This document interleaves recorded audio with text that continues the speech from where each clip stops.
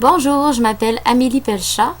C'est un petit peu difficile de dire exactement combien j'ai d'années de fait dans le bac en éducation parce que j'ai plusieurs années de compilé à l'Université Laval parce que j'ai fait le double bac en concentration instrumentale et en enseignement de la musique. Je dirais qu'au niveau du bac en enseignement de la musique, j'ai l'équivalence d'une troisième année. J'ai fait mon stage 3 à cette session-ci et je rentre en stage 4 à la prochaine session.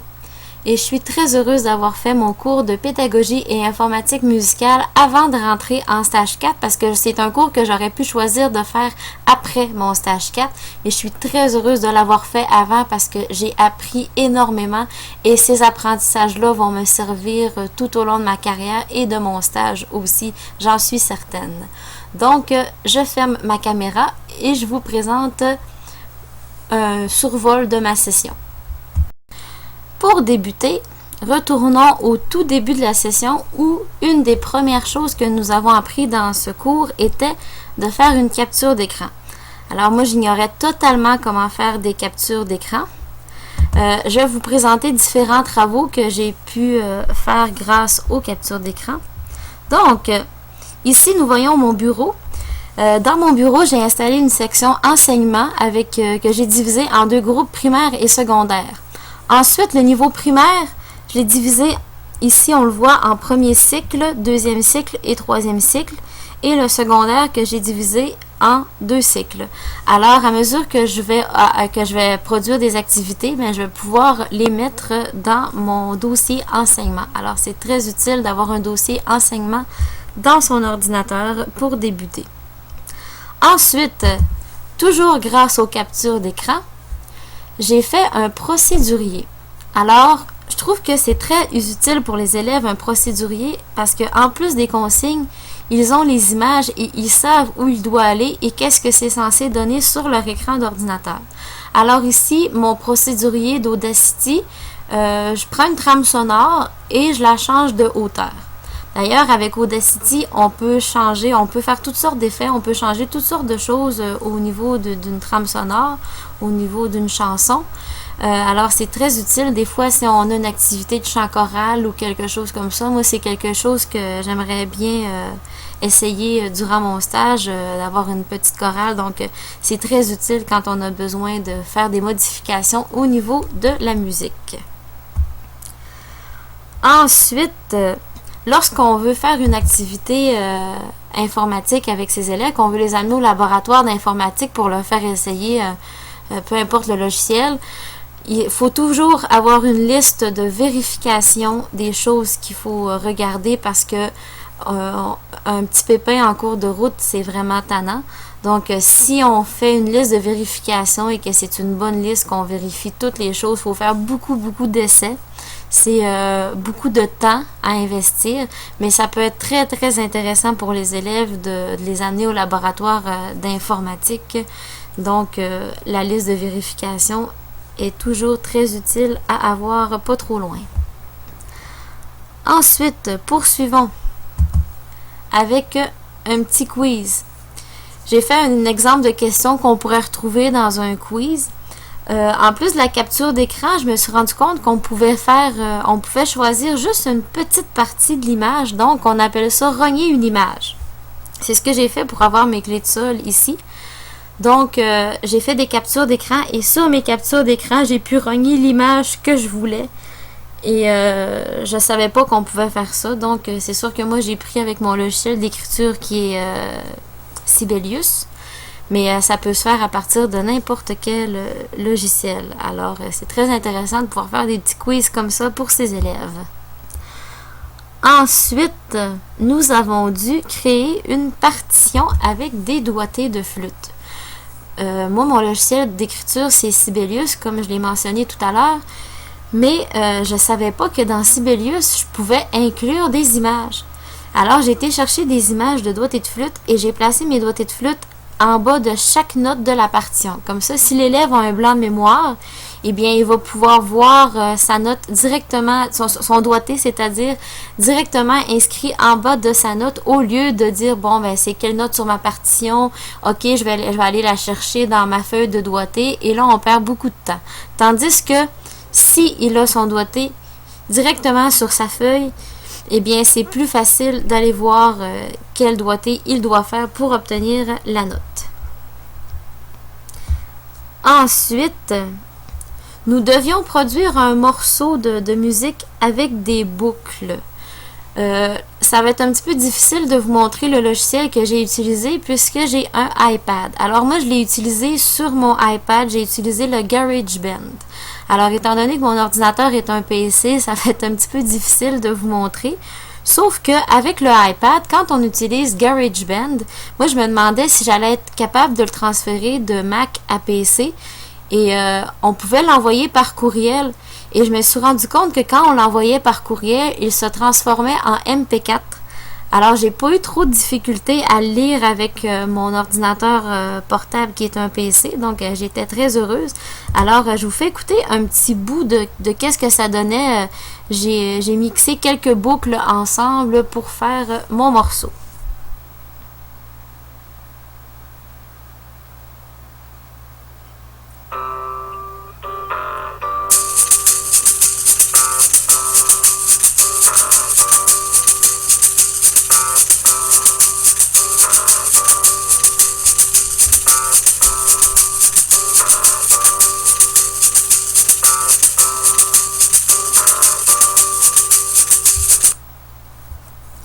Alors, vous voyez un peu qu'est-ce que ça donne. Et avec ça, j'ai fait une petite partition ici et j'ai appelé cette pièce-là Danse rythmée, que j'ai fait avec Sibelius aussi, qui est très très facile d'utilisation. Donc, c'était ma petite danse rythmée qui allait avec le petit accompagnement que je viens de vous faire écouter. Ensuite, durant la session, on a dû produire un vidéo. J'avais jamais fait ça. Je savais même pas que je pouvais m'enregistrer et publier sur une chaîne YouTube. Ça, je savais pas comment faire non plus. Alors, il fallait présenter une vidéo où on présentait un principe de la musique. Alors, moi, j'ai décidé de faire une activité sur les familles d'instruments. Donc, je vous présente des captures d'écran de mon activité que j'ai fait à l'aide du logiciel Screenomatic que je suis justement en train d'utiliser présentement. C'est ma grosse découverte. C'est un logiciel extraordinaire, très très très facile d'utilisation. Alors on voit ici, on voit la face dans le coin inférieur droit, mais on voit mon activité aussi où je présente des familles d'instruments. Alors on voit les bois, les cuivres, après ça on voit les cordes, on voit aussi les percussions. Donc, c'était mon activité sur les familles d'instruments que j'ai fait à l'aide de Screenomatic. On peut se filmer et on peut seulement aussi utiliser tout l'écran qu'on veut montrer ou sélectionner la partie de l'écran qu'on veut montrer. Alors, avec une bonne caméra, ça se fait très bien et avec une bonne idée de ce qu'on veut montrer comme capture d'écran. Ensuite, nous devions éditer sur le web. Oh, ça aussi, c'était quelque chose d'autre. J'ai pris des captures d'écran de mon site internet pour vous montrer un petit peu. J'ai utilisé Wix comme plateforme pour créer mon site. J'ai trouvé que c'était très très simple d'utilisation. Je pensais pas que c'était aussi facile que ça. Et j'ai fait des onglets ici dans le bas, accueil, concerts et événements, outils pédagogiques et contacts. Alors, quand on cliquait sur l'accueil, on avait notre clé de sol sur un fond bleu. Ensuite, ici, mon calendrier des événements annonçant le concert de Noël et le concert de fin d'année. Ensuite, outils pédagogiques, une petite photo de la flûte à bec parce que c'est souvent un instrument qui est très populaire en musique. Et un doigté de flûte et des partitions de flûte, des pièces que les élèves jouent, que s'ils ont perdu leur partition, ils peuvent aller les rechercher sur le site internet de l'école. Et s'ils ont des questions ici, la page de contact, ils peuvent m'envoyer un petit courriel et j'essaie de régler le problème le plus rapidement possible. Donc, éditer sur le web, j'ai adoré faire ça avec Wix. Alors, je trouvais que c'était très, très simple et très facile. Donc, c'est sûrement un outil que je vais réutiliser au cours de ma carrière. Et pour finir, le tableau numérique interactif. Bon, il fallait produire une activité qu'on pouvait réaliser avec les élèves sur le tableau numérique interactif.